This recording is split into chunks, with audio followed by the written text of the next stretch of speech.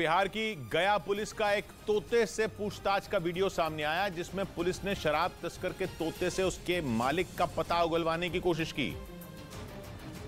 लेकिन तोता भी अपने मालिक का वफादार निकला और पुलिस को उसने कोई जानकारी नहीं दी। अमृत मलाह कहाँ गया? कटोरा में दारू बनाता है। बताया गया कि बिहार के गया जिले में गरुआ थाना के एसएचओ अपनी टीम के साथ एक गांव में एक शराब तस्कर के घर छापेमारी करने पहुंचे, लेकिन उनके पहुंचने से पहले ही तस्कर अपने परिवार के साथ फरार हो गया। पुलिस को घर में आरोपी तो नहीं मिला, लेकिन पिंजड़े में बंद उसका तोता मिल गया, जिसके बाद पुलिस ने उसी से पूछताछ शुरू कर दी, जिसका वीडियो सोशल मीडिया पर वायरल हो रहा है। इस बीच अमेरिका के पूर्व विदेश मंत्री माइक पॉम्पियो की किताब में चीन और भारत के रिश्तों पर एक बड़ा दावा किया गया। किताब में लिखा गया कि चीन की दादागिरी के कारण भारत ने अपनी विदेश नीति में बड़ा बदलाव किया और इसीलिए चीन के खिलाफ बने क्वाड में भी शामिल हुआ। आमतौर पर इस तरह के संगठनों से दूर रहने वाले भारत के रुख की माइक पॉम्पियो ने खूब तारीफ की। कुछ दिन पहले बाजार में आई पॉम्पियो की किताब never give an inch fighting for America I love में भारत के बारे में कई अहम जानकारियां लिखी गई। पॉम्पियो के मुताबिक क्वाड में भारत का शामिल होना एक बड़ी घटना थी।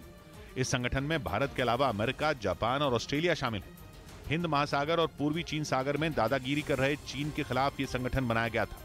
लेकिन पॉम्पियो का दावा अगर सही है तो एलएसी पर चीन का अड़ियल रवैया देखने के बाद भारत ने इस संगठन में शामिल होने का फैसला किया था। इधर गणतंत्र दिवस पर पंजाब की पटियाला जेल में बंद कांग्रेस नेता नवजोत सिंह सिद्धू को रिहा नहीं किया गया। जेल प्रशासन ने 26 जनवरी पर अच्छे आचरण वाले कुछ कैदियों को रिहा करने की सिफारिश पंजाब सरकार को भेजी थी, जिसमें सिद्धू का भी नाम था, लेकिन उनकी रिहाई नहीं हुई, जिससे परिवार और उनके समर्थकों में नाराजगी दिखी। सिद्धू की पत्नी नवजोत कौर ने ट्वीट कर पंजाब सरकार पर निशाना साधा। 35 साल पुराने एक मामले में सिद्धू करीब 8 महीने से जेल में है। उधर चीन ने बांग्लादेश में निवेश बढ़ाना शुरू कर दिया और वहां के मोंगला पोर्ट को अपनी रणनीति का हिस्सा बना लिया, जबकि बांग्लादेश के इस दूसरे सबसे बड़े पोर्ट के विकास में भारत भी बढ़ चढ़कर निवेश कर रहा है। और 2015 में बांग्लादेश ने भारत की मदद से इसे अपग्रेड करने का फैसला भी किया था, लेकिन चीन को यह हजम नहीं हुआ और वो बीच में कूद पड़ा। 2016 में शी जिनपिंग ने बांग्लादेश के साथ इस पोर्ट के विकास में सहयोग करने का समझौता किया, लेकिन ये बात सिर्फ कागज पर ही रही और बांग्लादेश को चीन से कुछ खास मदद नहीं मिली। जबकि मोंगला पोर्ट पर भारत और बांग्लादेश के बीच बात आगे बढ़ी और खबर आई कि भारत के इंजीनियर जल्द ही मोंगला पोर्ट जाएंगे।